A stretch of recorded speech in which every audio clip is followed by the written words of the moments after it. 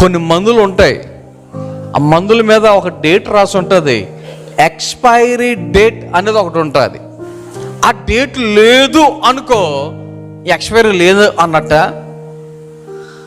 కొన్నిసార్లు వేసవ కాలంలో ఉదయం వండినటువంటి అన్నం రాత్రి అయ్యేసరికి ఏమైపోద్ది, నీరు గారిపోతున్నట్టుగా ఉంటుంది. అప్పుడు అన్నం వేసుకుందామని చెప్పేసి ప్లేట్లో వేసుకున్న తర్వాత చెయ్యి పెట్టిన వెంటనే మన ముఖాలు ఎలాగైపోతాయి, ఎలా ఉంది, ఫీలింగ్స్ మారిపోతాయి లేదా? అబ్బా అబ్బాయి తడితడిగా ఉంది అని సంతోషంగా తినేస్తామా?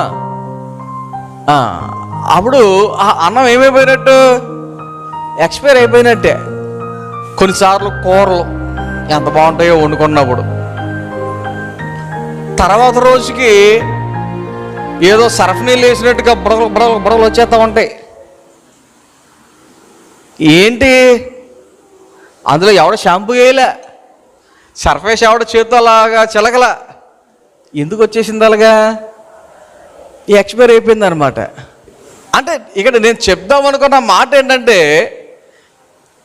ఒక విషయం అది ఏదైనా కానివ్వండి, ఒక వస్తువు అది ఏదైనా కానివ్వండి, ఏమవటానికి ఛాన్సెస్ ఉన్నాయి? పాడైపోవటానికి, ఎండ్ డేట్ అయిపోవటానికి ఛాన్సెస్ ఉన్నాయి. ఒకవేళ మన జీవితంలో ఈ ఎండ్ డేట్ అనేది, ఎక్స్పైరీ డేట్ అనేది ఏదైనా ఏ విషయానికైనా ఉంటే అది మనకి తెలియకపోవచ్చు, కానీ ఎవరికి తెలుసది? ఎవరికి తెలుసది? దేవునికి తెలుసు.